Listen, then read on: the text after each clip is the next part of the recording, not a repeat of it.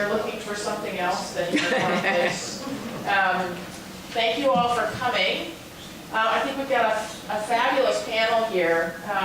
And it was interesting, my name is Ellen Kaler, I'm the Executive Director of Vermont Sustainable Jobs Fund. It was interesting when we were putting this panel together, we really wanted to do this panel because when the low-grade wood market dropped out, everybody was scrambling, like, what can we do to support the low-grade wood market and find new markets for all of this low-grade wood we have on our hands? And what was really clear, there was a big meeting that happened in Bradford, I don't know, 100 or so people that came out, that the local bank had actually originally sponsored and a bunch of organizations helped pull off. And what was really clear coming out of that was that, to come up with new products to address a crisis, it can't happen that fast. Right? The market and product development takes too much time when there is to respond to a crisis. And so we were really interested to have this session today because we really wanted to be planting more seeds for what else could we be creating here in Vermont. We have all these amazing entrepreneurs, all this innovation that has already been happening, but what's the next set of products on the horizon that we really should be looking at? And so we have assembled a great panel. Sam Lincoln, as you know, is the Deputy Secretary. I keep doing that to you. I'd like a promotion. Deputy Commissioner of Forest Parks and Rec. And as somebody who's been in the logging industry for a long time, has seen a lot in terms of what do the logs actually go for that you're cutting and then selling. And Donna Cassesi is with SAPI over in Maine and is part of an amazing research team that is doing R&D on a wide range of products that all come from wood. And she's got some show and tell, which I'm excited to have her pull out. And then, of course, Craig Rawlings, coming from Montana and the Forest Business Network, sees a lot and reports on a lot. So our hope from this session is to give you a sense of what these guys are seeing that is emerging in the marketplace, hopefully spark some ideas that might lead to some of you wanting to get more involved, and make sure we have plenty of time for question and answers. See if there's any products that you guys have been watching or maybe playing around with and want to talk about a little bit. And then I want to make sure to leave some time at the end to brainstorm a little bit about, based on what you've heard, based on what you know, what are some of those new products that, but for a little bit of additional R&D money, but for an entrepreneur to step out and get some capital, take some risk, and get something new happening on the ground. Capture some of those ideas because we're going to be forming a new action team within the Forest Products Industry Network on trends in local wood and looking for these new products that we could be helping to stimulate by looking for federal grant opportunities for doing more R&D here in the state, or getting entrepreneurs here linked up with Donna's group in Maine because she's got products that are waiting in the wings, and maybe there's some way to supply inputs into those products so that there can be a two-state solution to some of these industry issues. So that's the intent of the next hour and a half. We'll leave plenty of time for discussion. So I'm going to have Sam start it off from the Vermont perspective, and then Donna will take it to the regional level, and then Craig will take it to the national level. Thank you. Thanks everybody for being here today. Glad to be here with this distinguished 2.5 people up here, and glad to be helping out with the discussion. I'll do a little bit of a setting the stage at the local level, the Vermont perspective, and bear with me, some of you have heard this story and I'll be brief.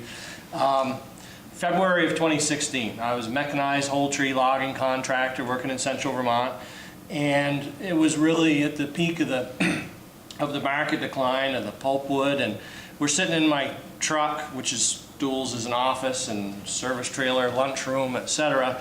And my guys and I are sitting in the cab of the truck eating lunch, and the heater's running and the radio's on and the text messages are coming in.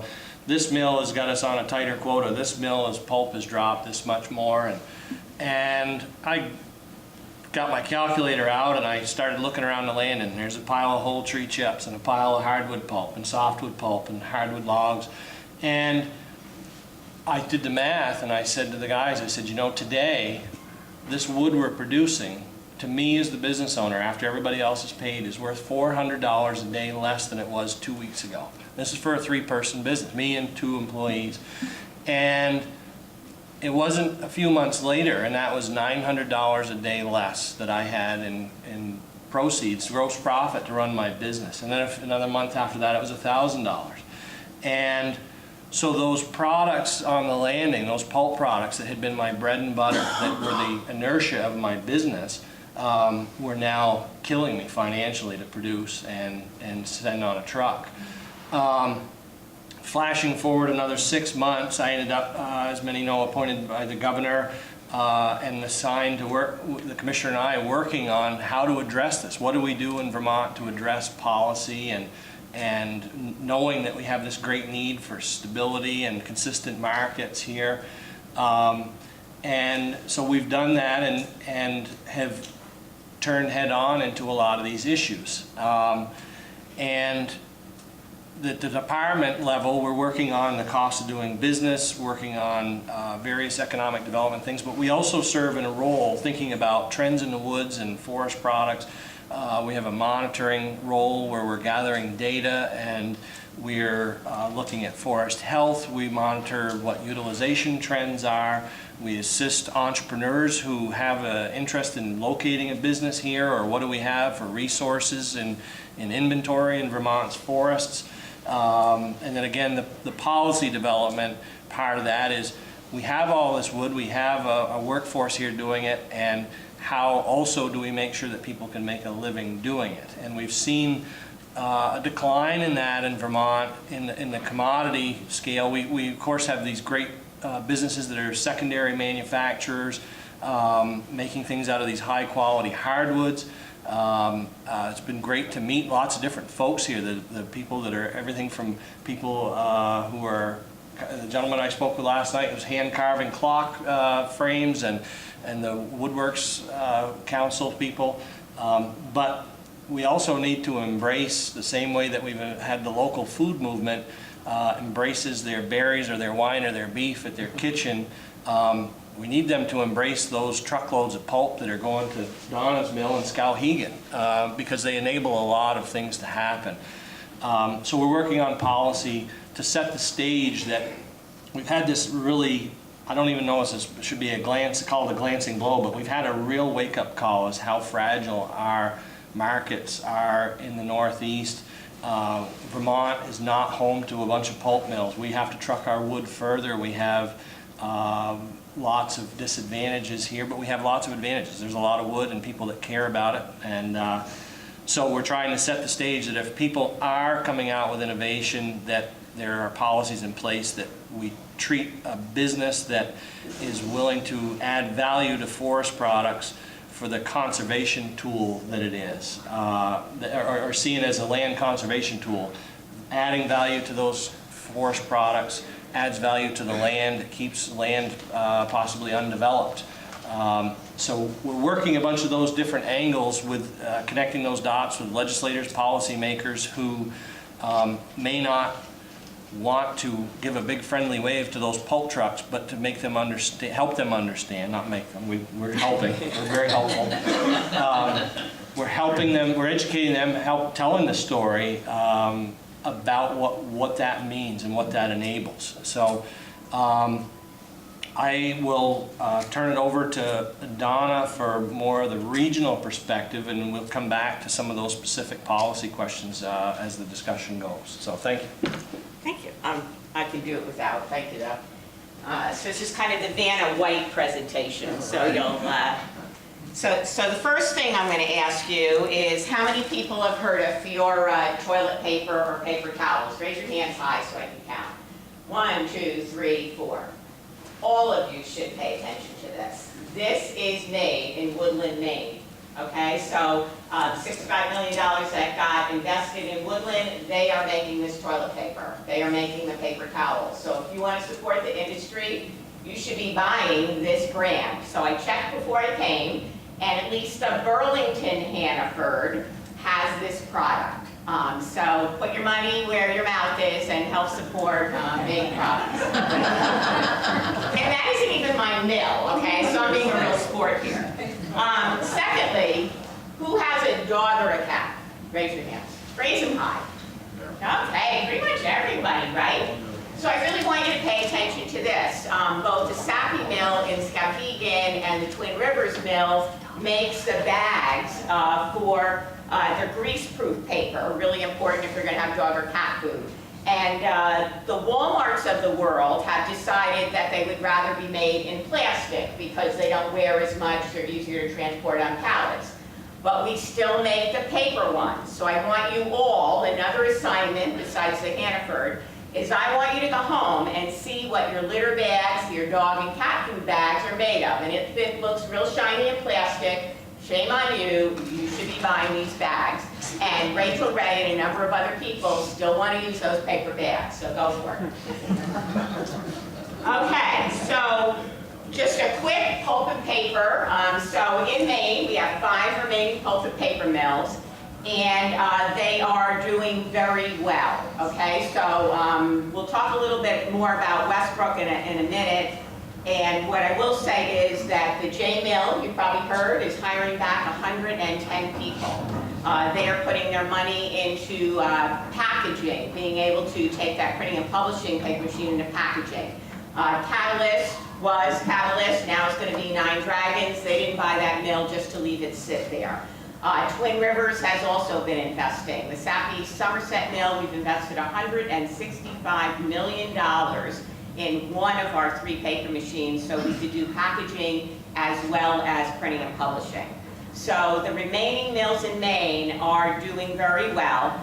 Paper prices, if you looked at them a year ago, were about $850 a ton. They're now $950 a ton. So guess what? The prices have gone up, the wood prices have stabilized, we're actually making some money, so that's great.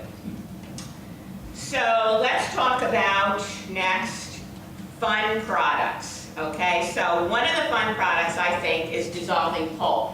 So if anybody's seen pulp to make paper, it kind of comes in boards like this. Well, Sappi has a dissolving pulp mill in Cloquet, Minnesota. We have many others throughout the world. But they take this pulp and they actually spin it. It's on spinnerets to make textiles. And so anything that you buy, so here's this gorgeous scarf, right? Isn't this nice? That is made of wood. And that is made out of dissolving pulp. So this is really an opportunity, a growth opportunity. A lot of the people in India and China, this is a very breathable fabric. So if you see Tencel, any of those other fabrics, those are made out of this. And even this lovely towel here is also made of dissolving pulp. So I'll tell you a couple other quick dissolving pulp stories which I think are fascinating. The food grade dissolving pulp. How many people buy sometimes that grated cheese in a package so you can do your pizzas and your quesadillas, right? You didn't know, but you're helping us. There's dissolving pulp in there. And what the dissolving pulp does is it keeps the cheese from sticking together, right? You don't want that cheese clumping. You want to be able to sprinkle it all over. Dissolving pulp is your friend. If you have yogurt, a lot of yogurt has dissolving pulp in it because it gives it a better mouthfeel and makes it taste fattier than it actually is. So there are all kinds of dissolving pulp mills. Is a growth industry. There's lots of opportunities for dissolving pulp. You can make it from hardwood and softwood. So there's kind of another fun one right here. So let's now go into, this is really my favorite story. I was the mill manager of our Westbrook mill, and I'll pass along these for you to take a look at. So the Westbrook mill makes paper, 1854 mill, 1905 paper machine, and we're making money. So the way we make money is we make a paper called release paper.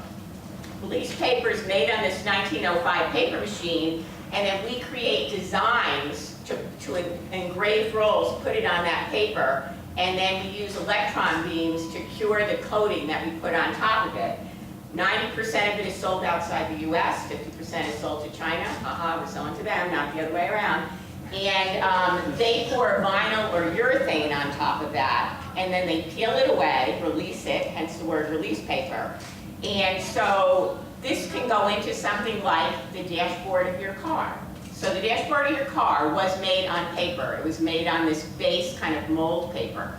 And Westbrook Mill is 40% of the world's supply of release paper.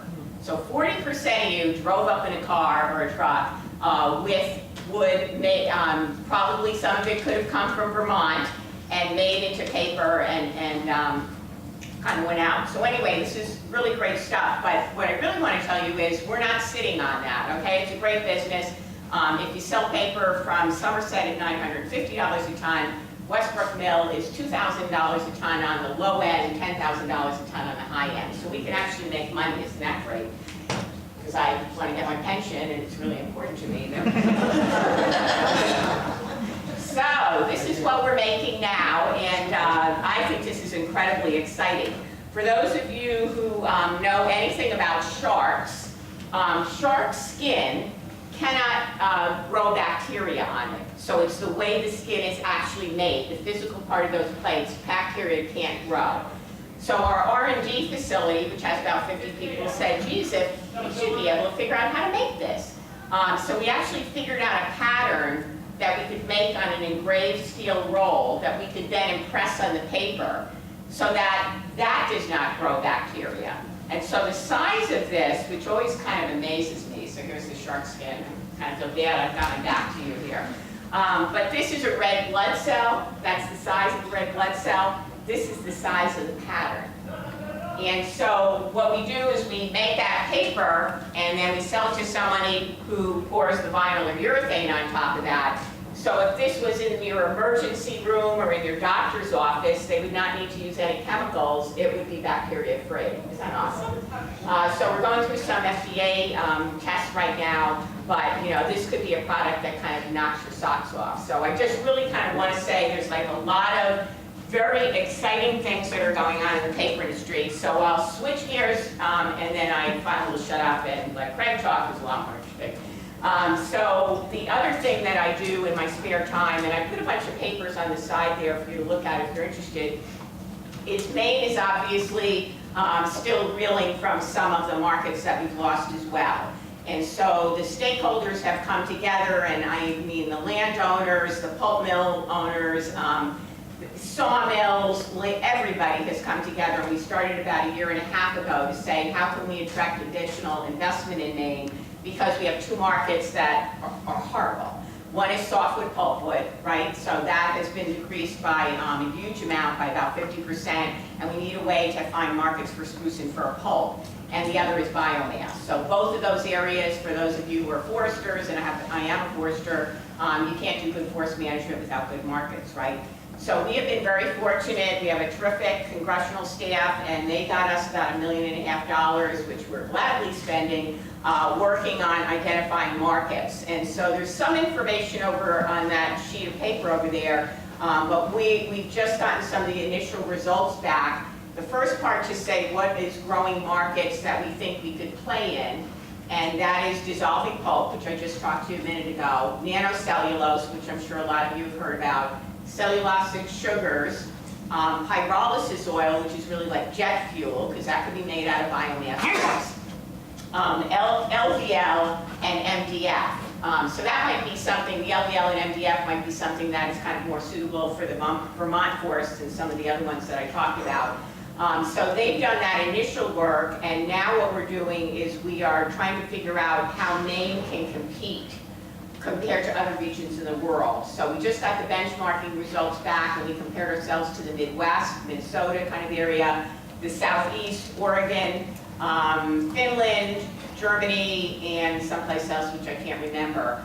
So we're really trying to get very targeted about what are the markets that we utilize the species we need to get rid of, then where could Maine compete at least reasonably well there. And then the third part of the package, which we're hoping to get done by this fall, is to identify both policy things that are making us non-competitive so we can go to the legislature and hopefully get some help.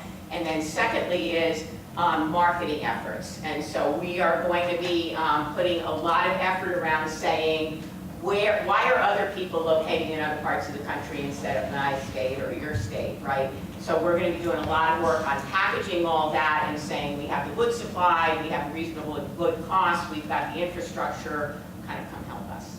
That's it. Great. Thanks. Yes.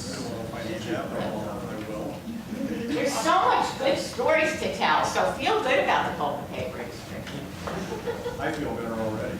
I knew it. In fact, I'd be glad to give you the rest of my time. Yeah, thank you. Great job, Donna. That's got me charged up. I've been trying to figure out what I was going to talk about because I was on the podium last night and then the podium this morning. But so I did a little bit of digging in the last few hours to try and think about something that might, pertain to Vermont that's going on in another part of the country, and that's kind of what Christine challenged me with as well. And one of the things I did not mention in all the exciting things I've been seeing, and I mentioned last night, was probably one of the biggest game changers I've seen in my whole career, and it affects the wood products industry. Like I said, I didn't mention it last night, is the internet. And so thinking about the entrepreneurial spirit, lots of small businesses in Vermont, lots of woodworking in Vermont.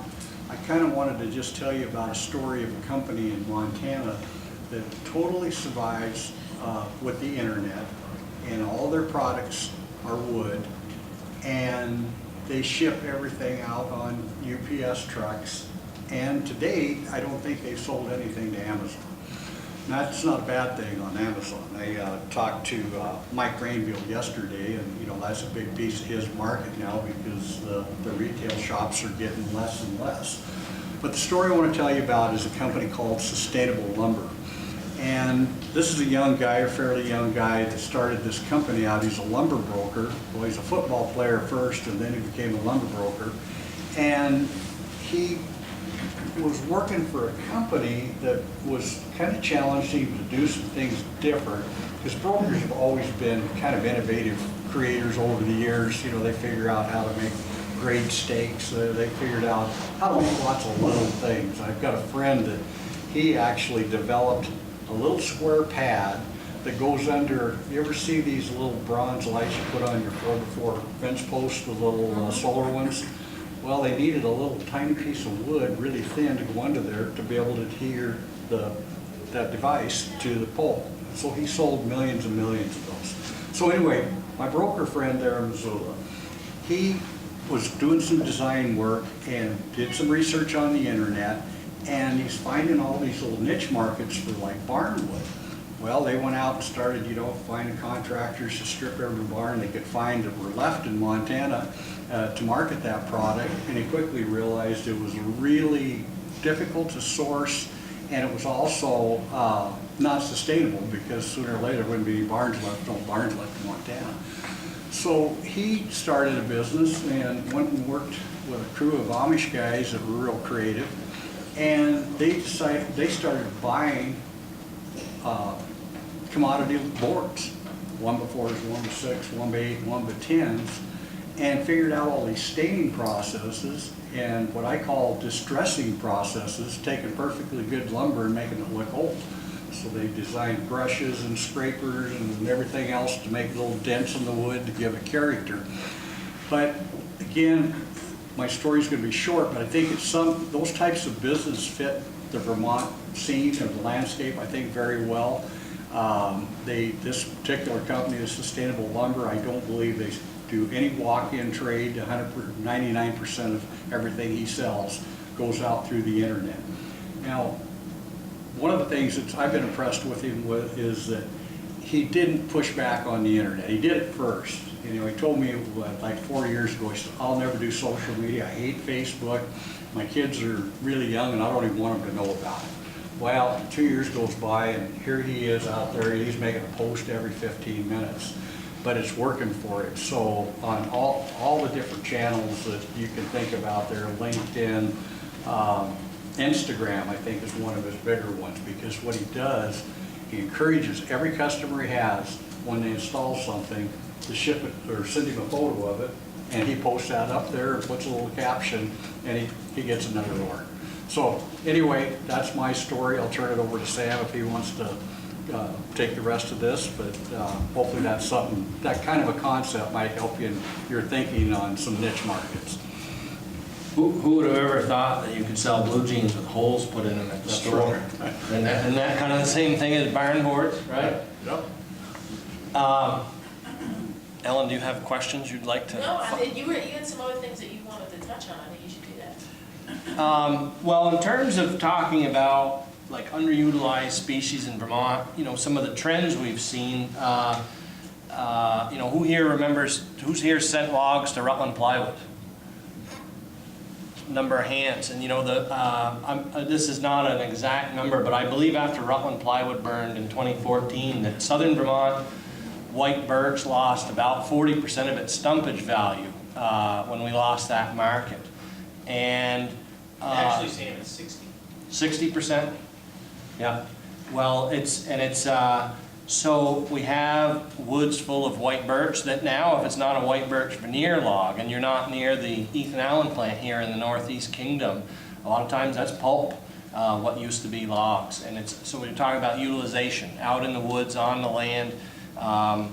In central Vermont, we had another underutilized species we have that, from experiences, we had the Stanley Tool plant in Pittsfield, and we used to you could send all those big, ugly 8, 10, 12-foot pine logs there that nobody else today buys, and they had value, and now those are pulp or chipwood value. And so if as a landowner, this is an important discussion, because if you look at your woods, your inventory is a balance sheet. If you're growing timber, just, you know, you own your land for many reasons, but it's just as for a value, an economic asset, that the way these markets go and utilization and the existence or the loss of these markets changes that equation.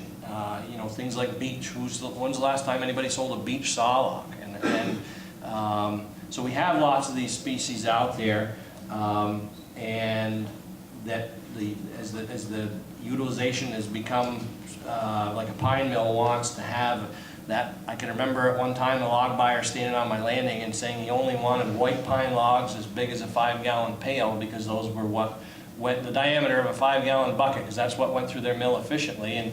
And it was hard to wrap your mindset around that when you've seen a lot of good quality big diameter timber grown, and that wasn't efficient for them to saw anymore. But they didn't. And so for me, is from different viewpoints, that these are the kind of issues that we want to tackle, that as one by one these markets drop off, and you had a saw log and a specialty market using it, and now it's pulp or chip value standing in the woods, is how do we pull that back? I'm going to go back to Donna or to get some other perspective of what are these species like that you see changing, like with this packaging material and things like that. I think I could talk loud enough. I got a big mouth. So basically, we're not seeing much change from a pulp requirement standpoint. With Verso coming online, we'll see a little bit more demand for softwood pulp, and that's our biggest concern, which I know isn't necessarily a Vermont concern, I don't think, Definitely. anyway. It is. Softwood pulp markets are definitely a concern. Okay, so we'll get a little bit of help with the Verso piece. I think that the biggest opportunity, frankly, and SAPI is looking at some of these, is the biofuels as an example, because we're doing some testing right now. We believe that we can make biofuels, as an example, out of any kind of chip that doesn't have to be merchantable, but could be pulpwood if you don't have any other market. So I think that the biofuel opportunities are great. We've looked at, for those, I don't want to get too much technical detail, but the renewable fuel standards gives you a benefit and credit and money for producing those. It's really been focused around the language around plantations, and so whether it be a cornfield or a southern plantation, but we've got some initial indication that EPA is willing to agree that natural stands, which of course for us in the Northeast is very important, that those would qualify. And so I think that that is really some very exciting opportunities. And the University of Maine at Orono has a lot of work going on in the nanocellulose, the sugars, all those. I mean, another one, this is just another wacko crazy idea, right? But there's some people who've approached us who actually make fish food out of wood. And if you grow aquatic salmon, you know, aquaculture, and you buy your salmon at Hannaford again, it's 30 pounds, I think I'll have this right, 20 to 30 pounds of ocean fish to make 1 pound of farmed fish. So they just can't expand anymore. I mean, there's just not that much fish out there, so they can make that out of it. So I think what's going to happen is a lot of these kind of, you know, nano and cellulosic sugars, lactic acid, everything that's in your bread, that could be made from wood. So I think all these are at, some of the people we talk to can only make this much, unfortunately, of it, right? So we're kind of at this stage. But I think that is going to explode in the next 5 years. And I think a lot of those are going to be relatively smallish, you know, which again kind of fits into maybe a Vermont culture. You know, it's not going to be the 1,000 people work at a pulp and paper mill, but it might be 50 jobs. And so I think that there's some really good opportunities in we can make something from wood. And in existing pulp mills, which will make them really more viable, is you can bolt on some equipment that enables you to take a cellulosic sugar stream off that, thereby, you know, making that product more valuable. So I think these emerging technologies are right on the brink. Again, particularly for biofuel, where you've got some nice credits and the government wants to encourage you, I think there's some really good opportunities. So I have a question, Donna, about the R&D lab. Is that you've made at Orono, is it? There's two things. SAPI, we have always had a culture since the 1850s of innovation and R&D. We, our company, employ 50 full-time scientists for innovation, and our goal is that 25% of our revenue will come from products developed within the last 5 years. So we have a very ambitious goal. SAPI's worldwide. We have one of these in South Africa, one in Europe. The University of Maine at Orono has really invested very heavily in R&D, and they've got pilot facilities that they produce nano. Anybody who wants to buy nano to try to use it, cement is one of the uses that they're going to do. You know, it makes cement a whole lot more stronger if you put nanocellulose in it. So the University of Maine has got some really good opportunities. And the other thing I really want to emphasize, kind of thinking back, is the marketing is really important. So let's forget about the products for a second. Vermont marketing Vermont. Here's the, you know, someone talked about the data, you know, how Katie, detail, detail, detail. You need to be able to figure out what are investors looking for, what's the data, and how you market that and how you attract them. So I'm kind of a Forrester salesperson, mill manager, logistics, whatever I got. But, you know, one of my things on the committee that I'm on is we're going to spend a pile of money on marketing, really first-class marketing, because we've got to go to the people who invest. And actually, we're going to spend some money right now to understand for the people who do have money to invest, what data do they need and what are their top criteria? So is availability of wood more important in some cases than the actual cost of the wood itself? You know, the energy component, all those things. So I think that, you know, if I had a piece of advice, who am I giving advice, right? But if I were in Vermont right now, I would really be working on the marketing and attracting investment into some of these kind of smaller, you know, whether they be niche or whatever, and making sure that you have those people's attention. Otherwise, they're going to go to the states or the regions of the world that are doing that. And I can tell you from my perspective, you know, I think the Midwest does a whole lot better job, you know, than we do in the Northeast, and I'm going to be a copycat. So to pick up on that, I'm really curious about some of this from a how-to perspective. Can entrepreneurs in Vermont come to SAPI and say, we're interested in this product that you're developing and we want to manufacture it in Vermont. Can we license the IP from you, for instance? Can an entrepreneur from here who's got an idea come to SAPI or to University of Maine at Orono and say, we don't have a testing lab here in Vermont, could you guys do product testing for us? Like get to that level of in case there's some ideas here in the room, people want to actually do something like The that. University, absolutely. I Okay. mean, you pay, they play, right? You know, give them some money and they'll test anything. So SAPI certainly is proprietary, not that we wouldn't license some tech, we probably license the sharklet, but we're doing it obviously for our own good. But I don't know the equivalent in Maine, but I sit on the Maine Technology Institute board, and we have $9 million that we give for innovation.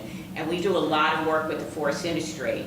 And so if you come to us, we will do anything from a $5,000 seed grant to, we just had some bond funding we gave Versa $4 million for this upgrade that they're going to do for the 110 people. So I'm sure there's some kind of equivalent in terms of that innovation. I think that's where you help the entrepreneur who just thought, if I could just have $10,000, like I could get to the next step. Yeah, and in Vermont, that would be University of Vermont's SBIR program. Okay.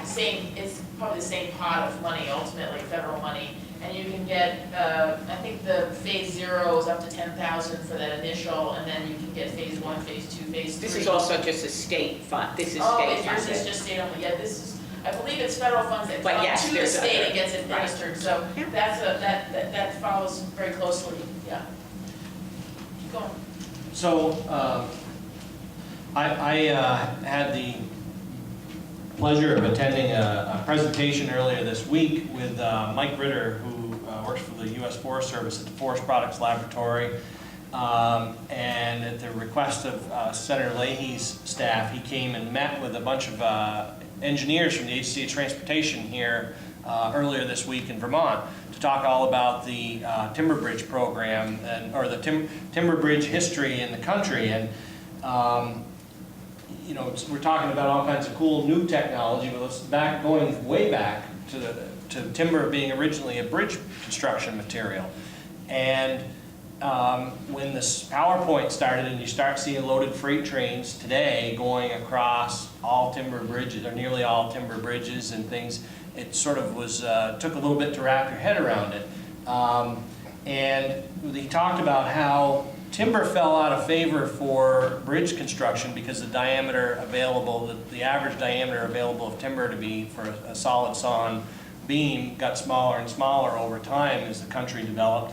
But now with the cross-laminated timbers, there's opportunity to look at bridges again. And we had this very interesting presentation, and there's all kinds of strength questions and issues out there. But one of the things we talked about is we don't necessarily need a $50 million fancy cross-laminated timber bridge across the Connecticut River as a project, but our rural back roads are full of need for bridges. We have a lot of crumbling infrastructure, and they found that timber bridges can, they have to fight this misconception of longevity, strength, and durability, and they exceed a lot of standards. But he gave the example of 160 miles of Route 66 in California. There's one stretch of 160 miles that there's 127 timber bridges on that road. And so we think about, maybe in rural Vermont there's opportunity. How can we learn from the Forest Service? How can some of our mills here use some of this underutilized wood, whether it's hardwood, sawn into different products that might be used for that? It's a matter of wrapping our heads around that we can do this without steel and cement and asphalt. But I'm curious, maybe for Craig, I'm going to tee you up for this one, is what are you seeing for opportunities for species being used in cross-laminated timbers, and again, some of those things that we're heavily dependent on export or we've lost the solid sawn market for, like white pine. We're moving all our hemlock, red pine, spruce fir to Canada to add value to it. Are any of those species being used in cross-laminated timbers?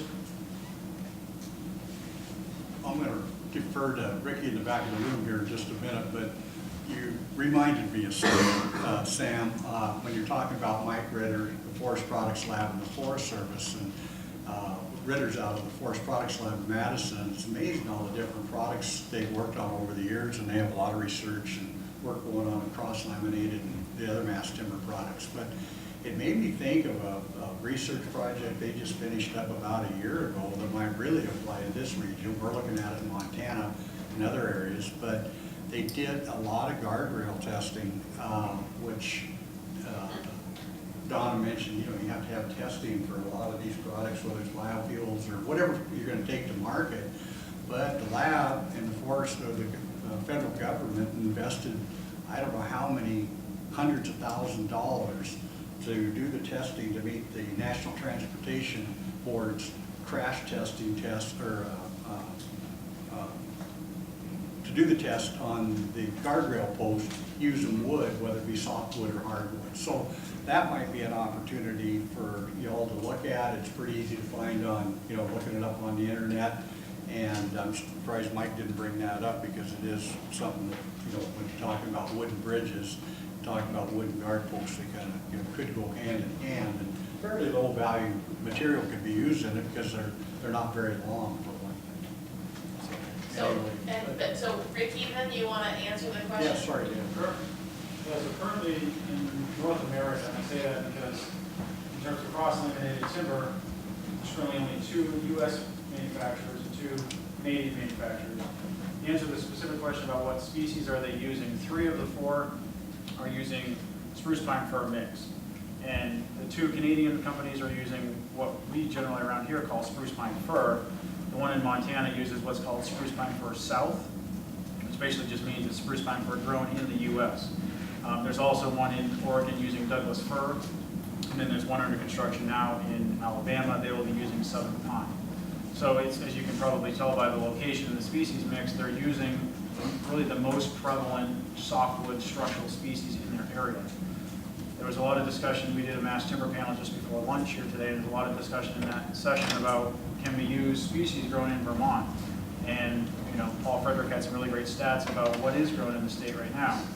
And for structural, or at least softwood structural species, you know, it's eastern white pine and hemlock, really the 2 biggest ones. And structurally speaking, those have lower design values than something like a spruce pine fir south.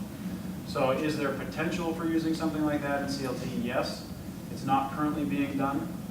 There is some testing and research going on, some of it even as close as University of Maine, University of Massachusetts, looking into something like incorporation of hemlock, potentially even eastern white pine.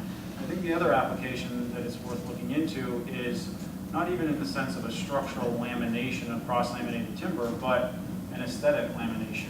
You know, something like a hardwood layer on the underside of a CLT panel. Maybe that hardwood's not structural, or an eastern white pine layer that's on the bottom. So there's other opportunities, I think, that we can use to overcome that potential hurdle of lower structural design values while still implementing the species that we have native to the state. So Craig, Christine got, I think at the Mass Timber Conference last year when she went, a piece of Gutex tongue and groove insulation that was made out of the fines of it just comes out of the milling process. And I'm just wondering, are you seeing any products like that that are starting to hit the market here in the U.S. that aren't being produced in Europe? There's opportunities here?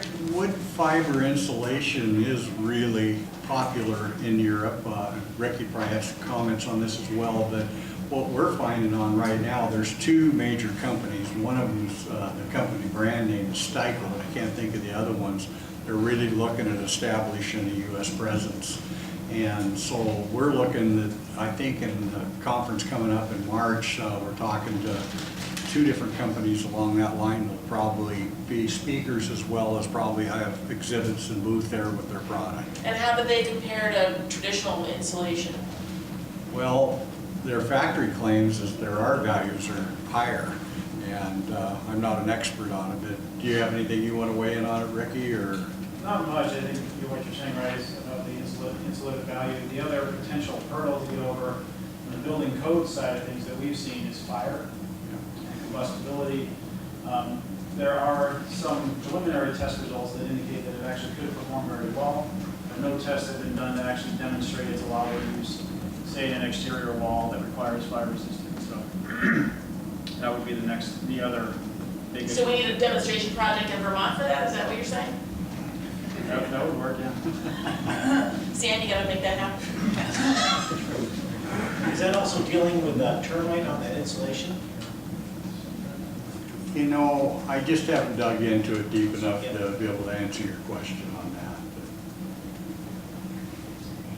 So, I mean, Don- it's basically a pulping process they do to make the product, and so I don't think, I'm not a technical guy anyway, but I don't think termites would be an issue. No, but down south, it's a real issue. Yes. so Christine's also mentioned things about hearing about wood vinegar and wood for making glass.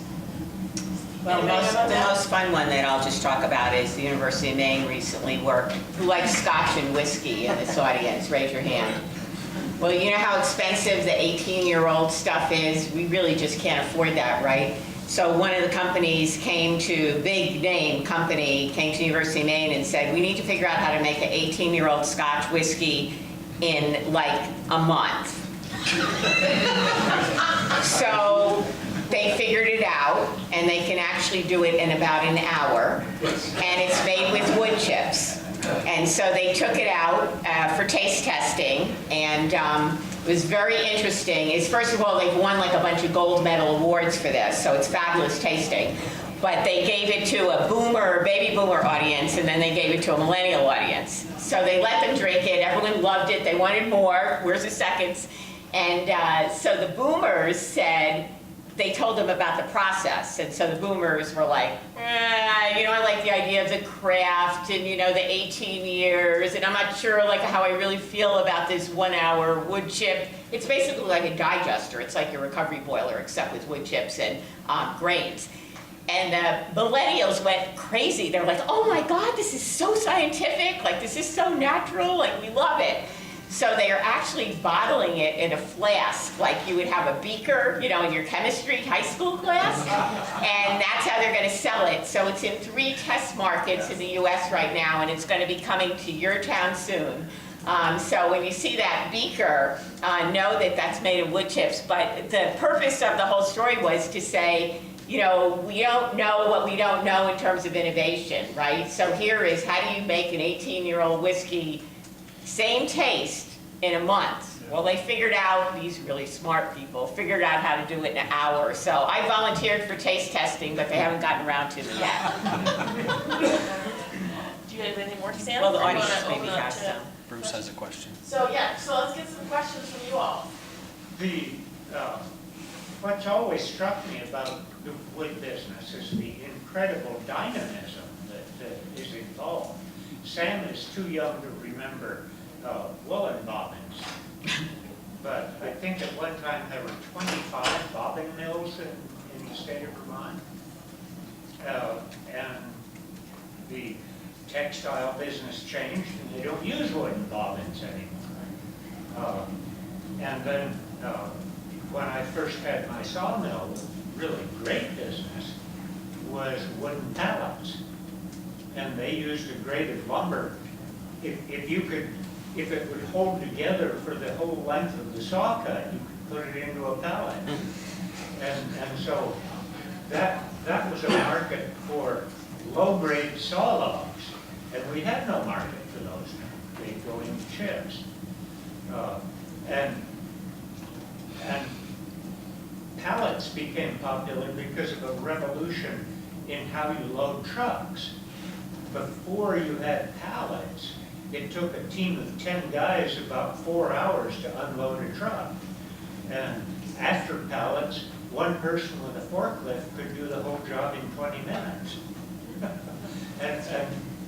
and so we're being affected by changes elsewhere in the economy. And my crystal ball doesn't work. I don't know how to foresee other changes that are coming that we can adapt to. I shouldn't have invested in that bobbin mill, I can tell you that right now. So any responses from you guys to that? Ways to keep an eye on what's happening in the marketplace, some trends that are up and coming? Like, is it your publication, Craig? Ours one of them. I mean, there's a lot of ways to skin that cat. I think you guys are doing it right now, having this summit, and bringing in speakers and vetting things out. I mean, I think that's a fantastic way to find out what's going on. I think one of the biggest things is what's happening globally with foreign competition coming in and kind of building off of what we've already started or created.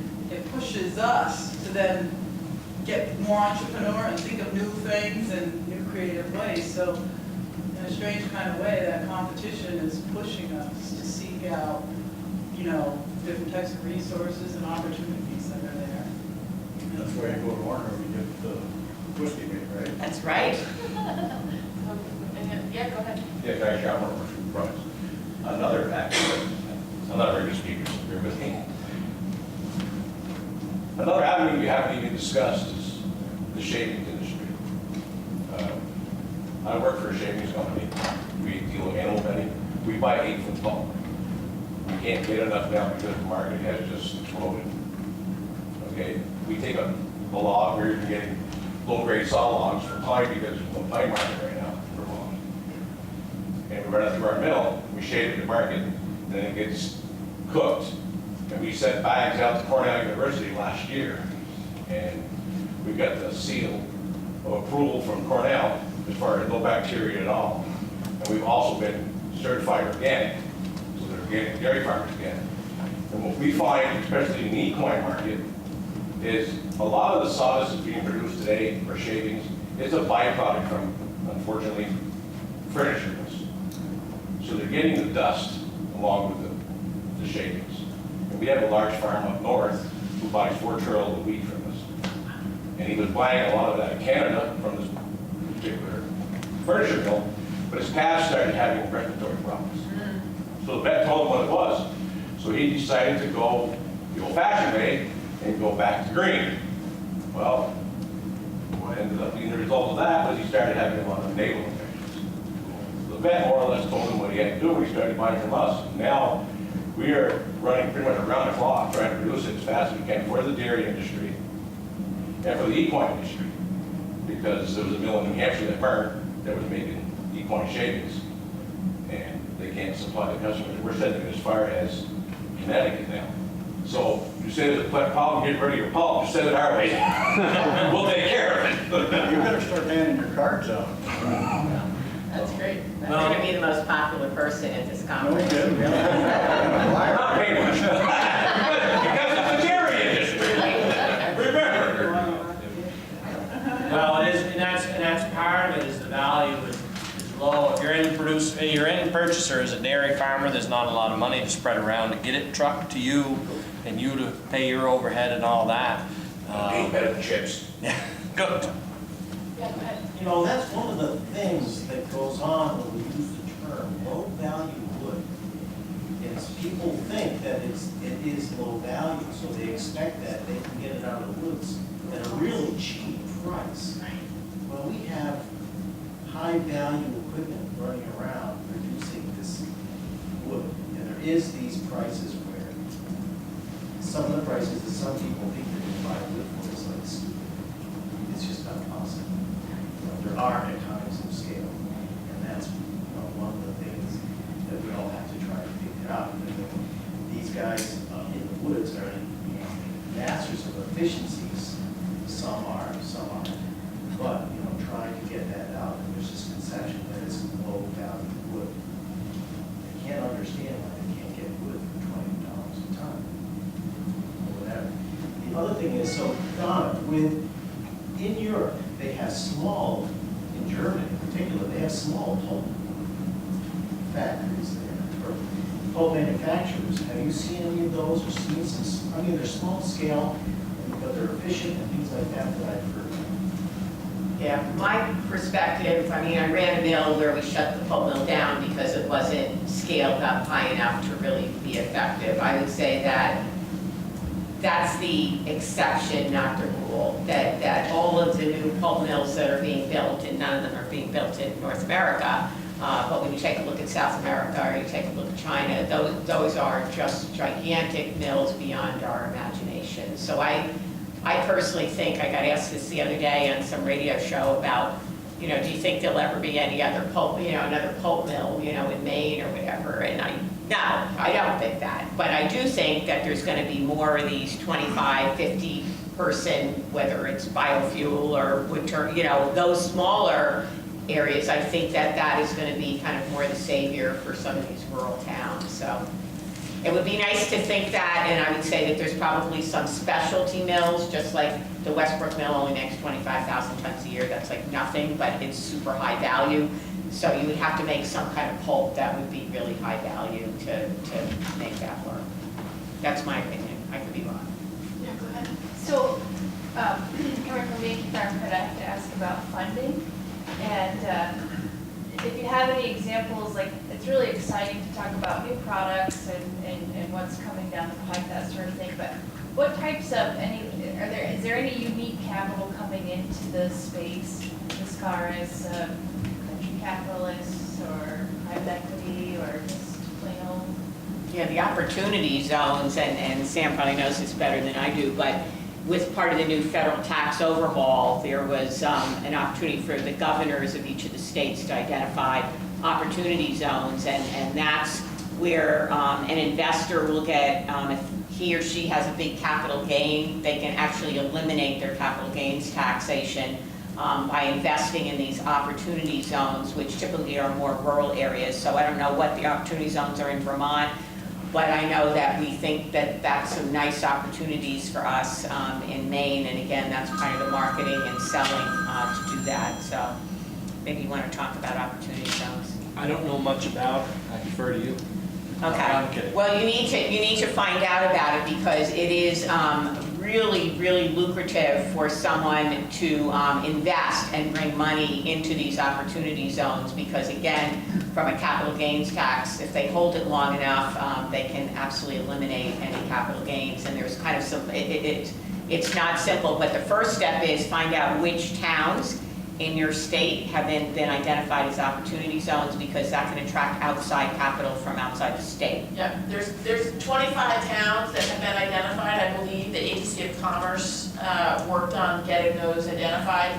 They're just in the beginning stages of trying to figure out how to actually take advantage of this new opportunity.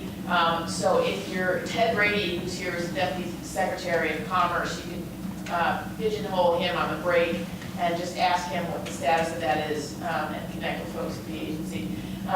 There is new markets tax credit money, right? That's the program. That's the second one. That's- New market tax credits is separate than the opportunity zones. But you have to be a new market tax credit district to also be an opportunity. That's correct. There are areas because of the earnings in the area. So this is kind of a funny story. The Westbrook Mill is about 250 acres, and 10 acres of it is in the opportunity zone, none of which we would want to do anything with. So darn for us. So you do have to find out if you're in the opportunity zone, but if you are, the tax advantages of that in terms of how much money, so it's I want to say it's like 10 to 20%. So if you had a $10 million project, it would kind of only cost you $7.5 or $8 million if you got involved in the new market tax credit.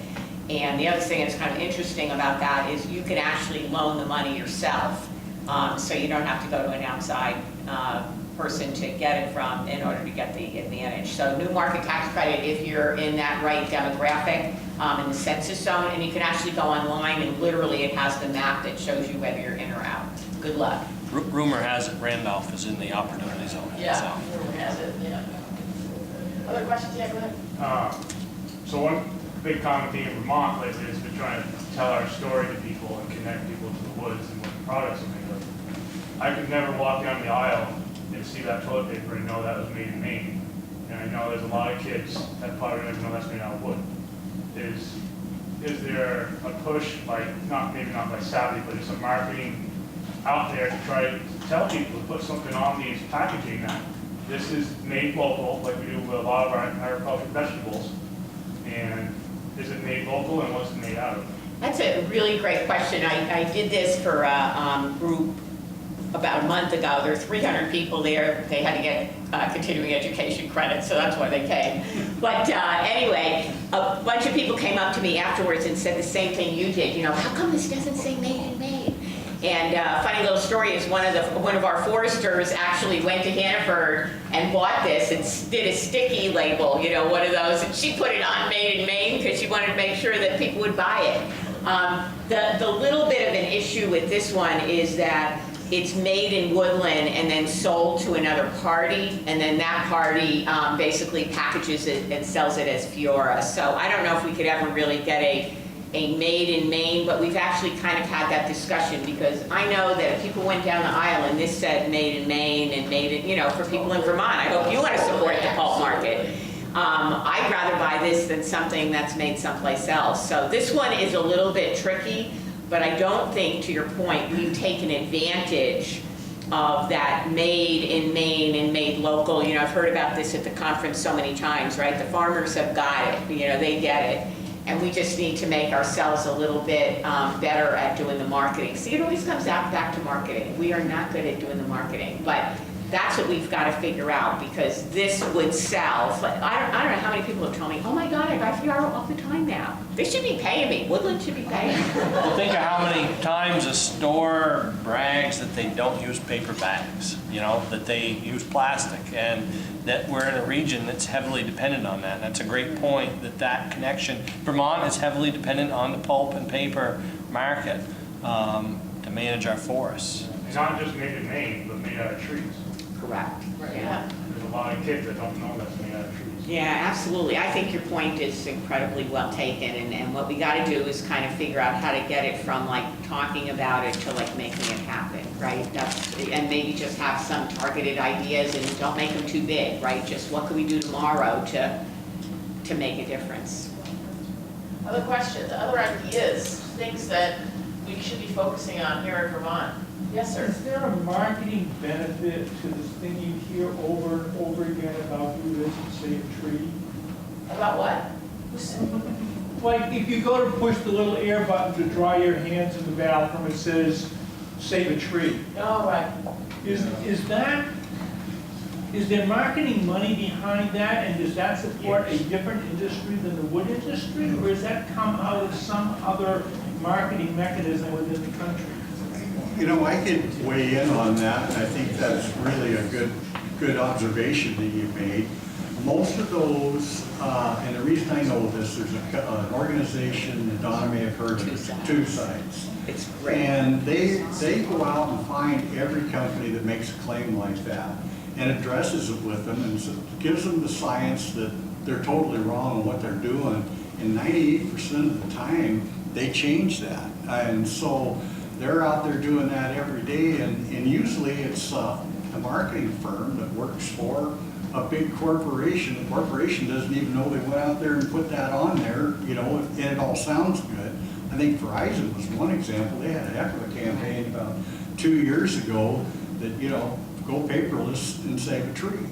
And, you know, everybody in the industry is just like up in arms, but Two Sides. We've taxed ourselves basically as an industry to fund Two Sides. So anytime they get something that says save a tree, you know, sign up to receive this electronically, literally, just like you're saying, Craig, we notify them. But that funding came from the industry, pulp and paper and other people in the industry basically paying a tax to fund this campaign. And there's actually some really good, go to Two Sides website, and they've done some really great materials that you can use. So kind of to the gentleman's point before, if there's something local that kind of says, you know, save a tree, you could literally print one of these things out and tape it on there and, you know, kind of get your point across too. So they made it really easy for us to fight that. I think what Donna was bringing these props is important. You know, I've done presentations at the Rotary Club in Randolph and different things, and I went, at the time there was a Canadian mill where my hardwood logs were going, and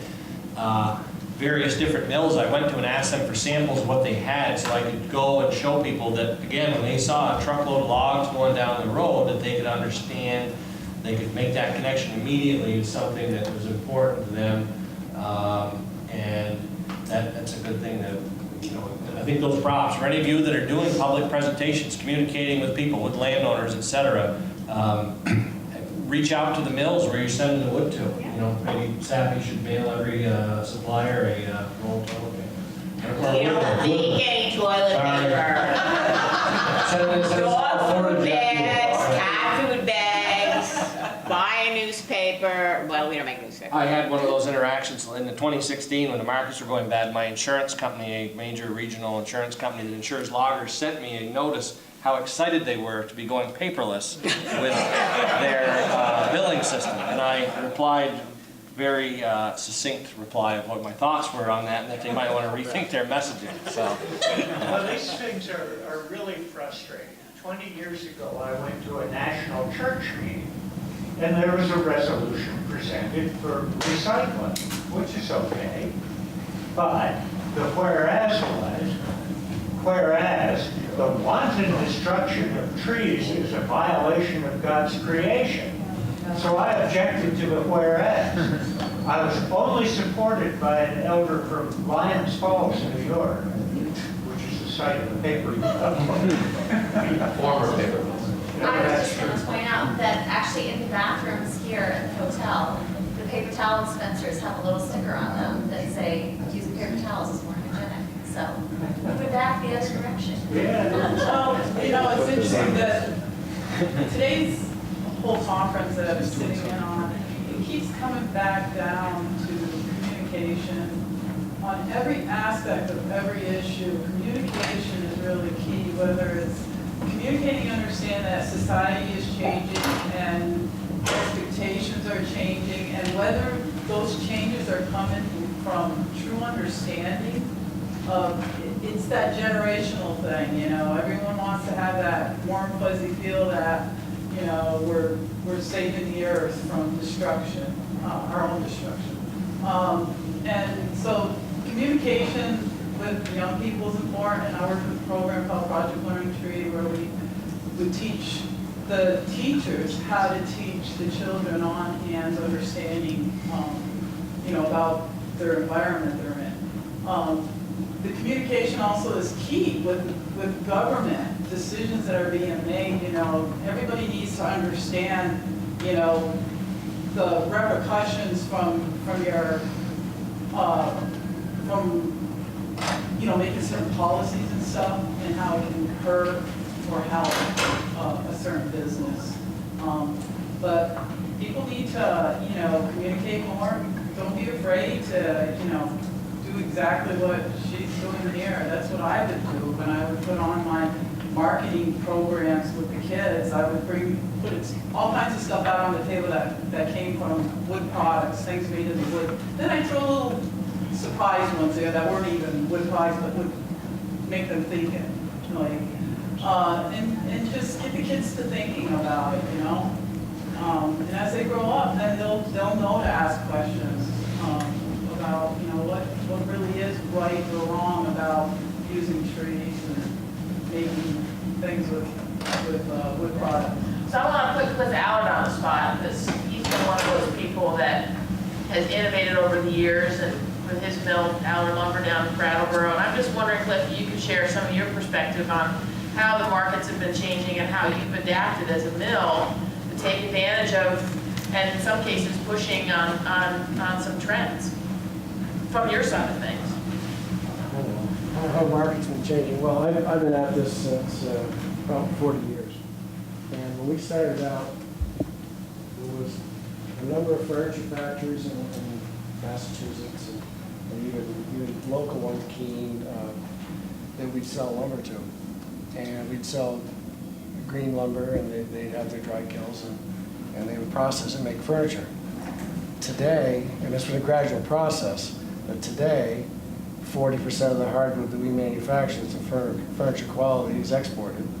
Most of that to China. The world is totally changed. And we've tried, we're doing a few things. We're starting to make some great stakes. We're making some mats. We make a lot of ties that go, some in this country, some in Canada. But it's totally different than it was. And it seems like it's, maybe it's my age, but it seems like things are going faster and there's more change every year. What are the mats you're making? Construction mats, you know, the ones that you see on the different power line jobs and that sort of thing that they bolt together, run the heavy equipment over, which is a way to dispose of a low-grade material, beech logs. I think we talked about beech. It's not saleable for much else, but you can use it for that. So, and that's what we're trying to do. You did put me on the spot too. Pretty good. So, just thinking, we talked a little bit about policy this morning, Sam, kind of touching on it. But one of the difficult things about policy is that we tend to hardwire things in and then sometimes constrain us from being innovative.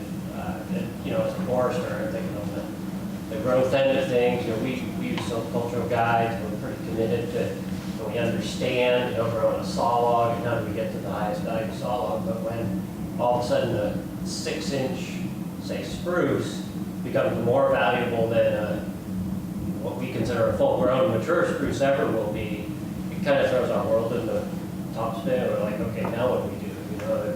And so I think it's important.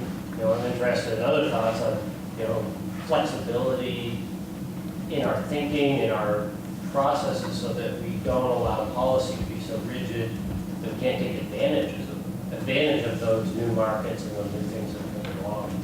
While still knowing that we're committed to growing, to having a valuable forest. That question from the very first thing this morning: what do we want our forest to look like in 50 years? Are there any specific policies you're thinking of as an example? Well, I'm standing beside my friend Matt, and we both deal with curbings, all the time.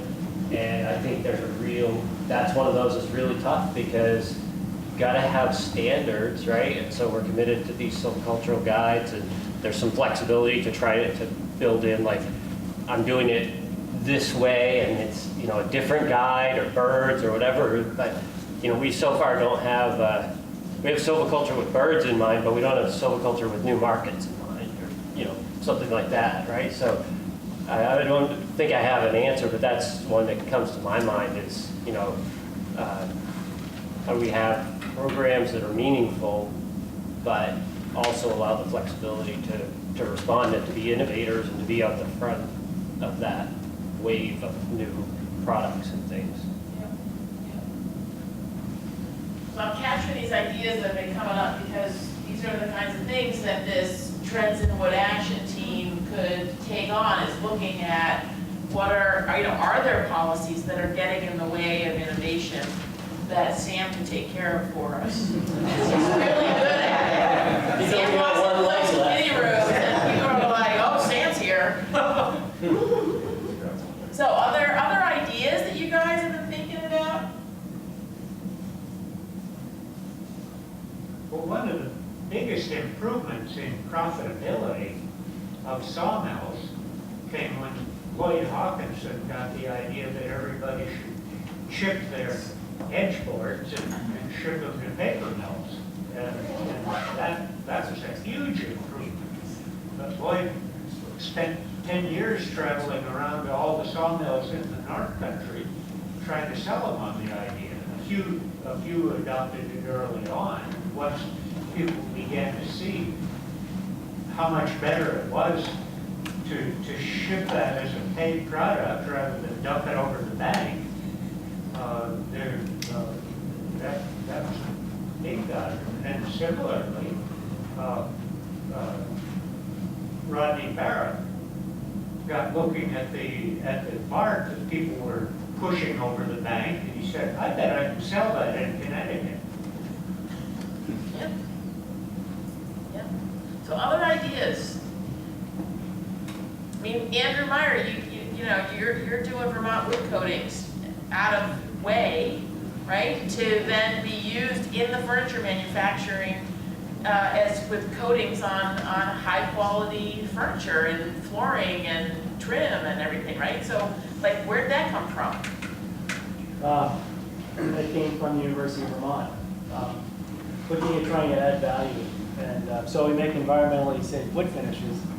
Our market draw is 10 times stronger outside of Vermont than it is in Vermont as far as our partners go. So we find that, adding value to wood, when you think about your dresser or if you're IKEA or you're anybody, you're marketing the wood but not what's on the wood. So now we're finding market opportunities to bring that added value in, to say what's on your wood. In this case, it's a byproduct of an ag product. So we're finding lots of success as a marketing tool with that. Anybody else been playing around with ideas? I may not want to share, but, you know, give away your trade secrets, but. Yeah, I have a question with you, experience both as a logger and dairy farmer. So what potential could be out there thinking about foresters, loggers, and landowners, and some of the market controls that there are in place in other agricultural products through the Farm Bill? Is there a way to start thinking about, and I'd love to hear your thought on it, to start applying some of the ag control programs into forestry in a way that reduces the load rate over time? Like which ag programs are you referring to? Well, some of the, I mean, you know, for better or worse, some of the dairy price control programs that are out there, whether that's the insurance programs versus the direct payments. You know, is there a way to kind of apply some of these agricultural commodity programs towards forestry? I mean, I know it's a long shot because there's no way to pay for it, but it seems like there's been challenges in other agricultural products and markets before. How do we kind of take some of those lessons learned and apply them to reduce the load rate? Well, I'll be honest with you that I found the best successes as a farmer when I went away from farming, so I met a government commodity program. And it was a hard thing to change. I sort of came into that as my business grew, as I rented more farmland and things, and there were government programs that paid for commodities. And as a young person starting out with debt, not having $100 bills falling out of my pocket left and right, it was a great thing to have a government payment show up in my mailbox just for filling out some forms. But over time, my thinking shifted, and you know, some of that was solidified when those of you here that are in the poultry business know about the BCAP program, the Biomass Commodity Assistance Program, and that was a government program that did pay for renewal. I can't remember the exact parameters of the program, but it was touted as a great thing. And I remember at the time that a lot of contractors went out and bought chippers and trucks, and it sort of destabilized the normal way everybody did business, because some of the people that relied on each other as contractors, it all got broken up, and the program ran out of money in about 3 months. And that was a lesson to me that the forest products industry, being different than the dairy industry, we are producing commodities in high volume and low economic value at times, but the market supply and demand, for better or worse, is I mean, there is government intervention in biomass. I mean, that's part of our big issue is the government involvement in that. I think it'll be more sustainable long term if we have to feel the pain of the realities of the economics of it, and we get past the things that don't work economically or ecologically or different things like that. It's not that I wouldn't love to see more government involvement in everybody's lives, but no, I'm just kidding, obviously. I think that it's a dangerous place to go, I think. That's just a personal opinion. I think that my current employer probably doesn't want to see government involvement in it either. So that's just, I don't know if anybody has other perspectives on it. I would concur completely. I think that the only space for that is really a bridge strategy till you get to something else. So for a very short term, can the government come in and kind of help during this bridge time? That potentially can work. But BCAP was a perfect example of just totally disrupted the marketplace and made things worse for everybody for a few short-term payments. So, but I wouldn't, you know, for a bridge strategy, whether it's biomass enhancement payments or whatever, but, you know, in Maine, we really struggle with that around, yes, we want to burn more biomass and we want to use more biomass, but if you set something up that long-term is costing the taxpayers more money, it's not really where I think we want to go, my perspective. Mark, kind of a comment or question. I feel like we've heard a little about consumer products, a little bit about infrastructure, construction, some ideas on utilities, biomass, and fuels. What about healthcare industry? I mean, healthcare industry is driving the U.S. economy right now. Are there applications, you know, is there a niche market there for healthcare, either in infrastructure or cellular level type research? Is anyone chipping at that one? Because that just seems like where the money's being made in this country, and the market. Adult diapers are going through the roof. That fits our demographic pretty well too. Keep that all local. Keep that in North.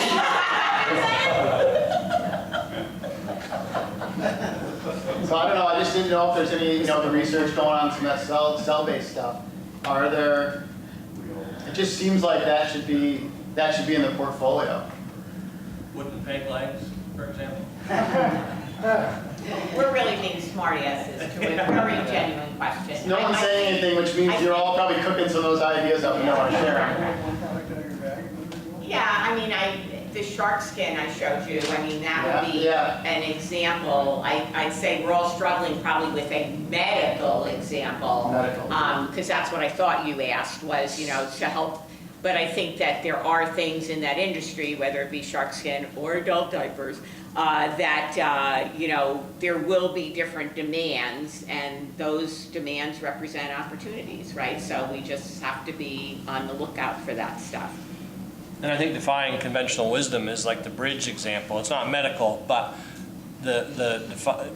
being willing to relook at the same problem through a completely different lens and say, we can use that product for that, where someone might not otherwise think, you know, wooden cutting boards versus plastic. You know, I think that they're, you know, sanitation-wise and different things like that, that people can't believe that wood could be cleaner than plastic or things. Well, you take Jasper Cellars Cheese Cave, and they've got to have wooden boards for their aged cheese to be on. Otherwise, you don't get the molds that, and you don't get the mites and the actual stuff that makes the cheese, the kind of cheese that they're producing, right? The FDA wanted them to go to get rid of their wooden boards that their cheese was produced on, and luckily they, right, in that they stepped back from that, right? So they're able to use the wooden boards.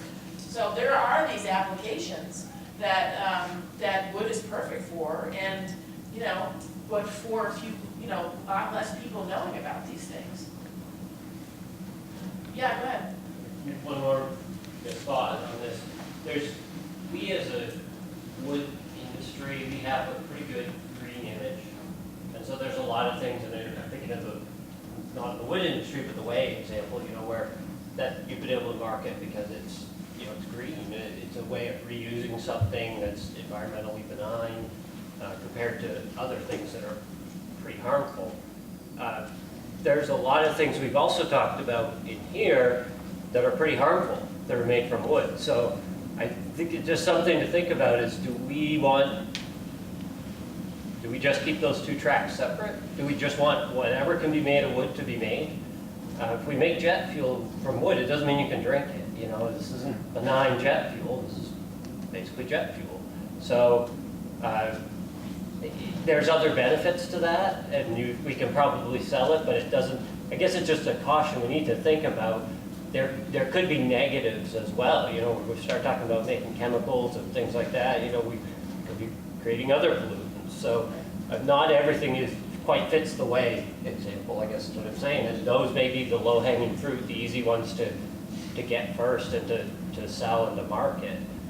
You know, from what I've heard, the Vermont environment and to brand as Vermont or Maine, things like that. So if you guys were to say to this action team that's going to start meeting, and by the way, you're all invited to join it, and if you give your name and email address to Lydia, who's over here in the corner taking notes for us, we will let you know when the first meeting is going to be. But you know, what I've heard is that you know, maybe to start with, there's some work to be done on better communication in terms of whether that be just what is wood made of as a way of just helping to open up people's minds to that. But the need for capital and R&D support, maybe some additional technical assistance to entrepreneurs that are getting companies up and running, or need to find capital or whatever, and then what are those supporting policies that enable innovation to really take hold in a place like Vermont. So those are sort of more, I would say, the kind of environment that supports innovation and entrepreneurial efforts in around new product development. But it's not an idea of an actual new product that maybe we should do some market research on, for instance. We do have some funding that we can put towards some market research to see if there's some new product that would be a good fit for Vermont, for instance. Is there anything that's popping for any of you? Okay, go ahead. Is anybody here, or is there any talk about further research on biochar? Yes, there is, yeah. I know that Tom McAvoy did quite a bit of work on that UVM many years ago. It's a soil additive, and to get to that point, it's basically activated charcoal. You get fuels and other chemicals because you're basically reducing wood in the absence of oxygen. And I'm thinking, we've got a lot of farmers around Lake Champlain that could use biochar on their fields. It would keep a lot of nitrogen and phosphorus from getting into the lake. The stuff's absorbent. And a little bit of that in the soil improves the fertility, and it would solve a lot of problems with a lot of their chemicals. Yeah, my sense of the biochar space in Vermont is that there's been a few sort of tinkerers, folks that have been experimenting. There's one up here in the Kingdom, Green Mountain Biochar, I think it is. I saw a little video on them. They're working out of getting technical assistance from the Vermont Food Venture Center. But there hasn't been, to get to the point where it actually gets to scale, where it actually has these kind of level of applications at scale, like which is a real possibility, like what you're talking about. Yeah, I mean, I don't think the plant that would make that would be awfully obnoxious, although in Vermont any plant is obnoxious. But that needs to be a large plant. I mean, this would handle a lot of wood, just like a pulp mill.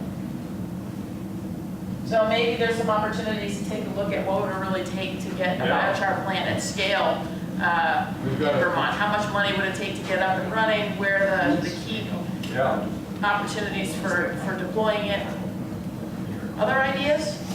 Yeah. Just to kind of piggyback off of that, the biochar could be a byproduct of something else that it's doing, like generating energy that can be used for the heat to be generated or another way.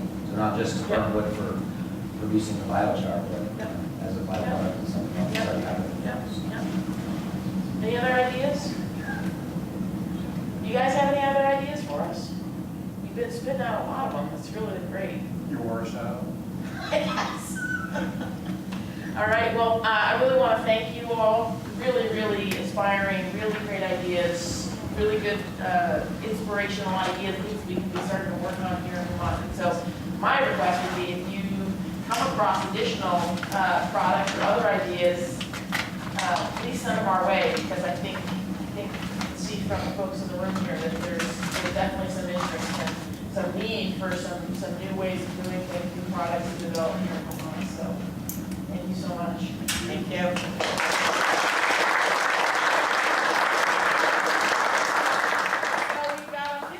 Break. If you haven't had your passport filled out yet,